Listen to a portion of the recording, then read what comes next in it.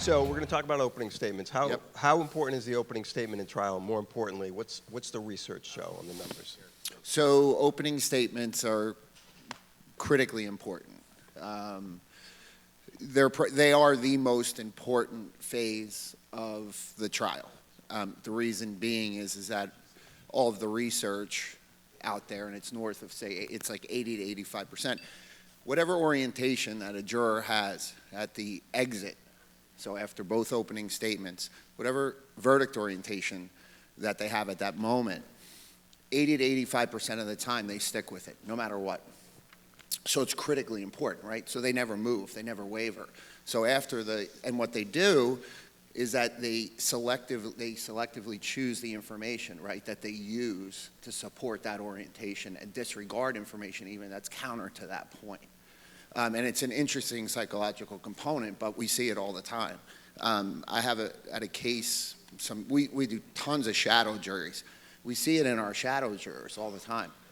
When they exit from the openings, those same jurors will migrate slightly, but will always revert back to their orientation. It's very rare. I mean, you can have in the several hundred trials that I've been a part of, I've seen where people implode on the stand and lie and they get caught. I mean, obviously then the gig's up, right? Like, so it has to take something so extreme for them to change their orientation, generally speaking. That's why the openings are just so critically important. And so we all know what you do, or I think we all know. Mark does a lot of jury research. I've worked with him on many cases, and the same with Rachel. We're working on something right now. Working on something right now, very large, actually. Yep. And in the headlines. But let me ask, how does jury research affect the opening?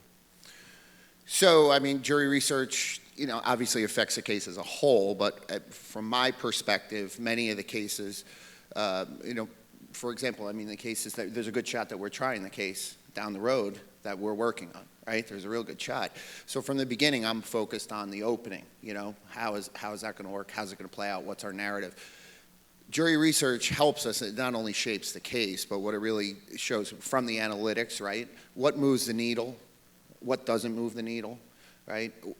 Through the use of the keypad. So we use those. And then in addition, what are they discussing? What are the jurors discussing? How important? And those moments, the conversion points, right? So if I'm trying to convince you, right, you have a different opinion than I do as a juror, and I'm trying to convince you, what's that conversion point? What did I use to have you swing over onto my side, right? So research, what we do is we'll structure out, right? And there's been many times in your opening statement, it's not what you're saying, or even how you're saying it, but it's when you're saying it. So the order in which you introduce the information can be critically important. I mean, I've literally had cases a number of times where we lose. We don't really change what we're saying. We don't even change how we're saying it, but we literally just change around maybe the weight and the gravity in which we use that particular piece of information, but we front load it, and that changes it. Again, that gets back to the opening, right? Like, once you get situated in your position, that you continue to search out information. It's kind of like a gut feeling when you meet someone you don't like them, and then it's very hard for you ever to like them again. You're like, I always didn't like that person, right? Like, it's that kind of deal. And the jurors are kind of the same with the case. I just didn't like their case. So I recently saw some, I think it was disturbing to me, research about the differences in the themes that, for example, boomers respond to versus millennials. And there's a marked difference, including right down to questions that were around would they follow the law or not. And the younger generations, in large percentages, said not if they didn't think it was right, no matter what the judge said. Whereas boomers, for example, it was overwhelmingly, we're going to follow the rules. If the judge tells us that's the standard, that's the standard. So my question regarding openings, where you don't know what your jury pool is going to look like, certainly weeks before, months before trial in most cases, is it wise to be developing thematic content that's going to play to both and then maybe adapting at the end once you get to actually see what the jury looks like? Yeah, I think it is, and I think the law is still important, right, when it fits. When it's in these situations where maybe it doesn't fit, right, and there's that justice argument, or, when you're talking about, say, a millennial that says what feels right, right, what feels right is most important. and not how you get there or abiding by the rules or the law, right, the applicable law in order to get to where you want to go, whereas someone like a baby boomer follows the rules, right? These are the rules, this is the law. I think you can incorporate that, and you have to, and a good opening statement should have balance between the two. But at the end of the day, the narrative, right, the narrative that you develop should be able to move the needle for all of the generations. That's your goal, is so that you get buy-in, not so that you have like just one group, right, opposed to another. Because you don't know. Because you don't know, but also what you're trying to do is you're going to have a mixed bag, generally speaking. I mean, you never know what you're getting in jury selection, right? Like, I mean, the Court of Common Pleas, like Philadelphia, which isn't a great jurisdiction, the last jury that I picked there was totally different than the way it's been in the past. Much more professional and also younger. And you're finding that. So you're going to find more, obviously, people age out, right, a little bit. It's happening. It's a natural selection. So you have more millennials on your panels, and you're going to have to account for that. But at the end of the day, you know, I think you're going to structure your argument so that it affects the larger group and is effective across those boundaries. And some people will use the law, and other people will use, you know, other different types of narratives or storytelling or what have you in order to get kind of move their mission right forward. So. And how about length? Any ideal length? Does it depend on the case? Honestly, I think it should be as quick as you can get through it. You should get through it. I mean, for openings and closings, like I've had cases. One case comes to mind where our opening was like 25 minutes on, and this is a 3-week trial, so you're not talking about a short trial, and our closing was only 17 minutes.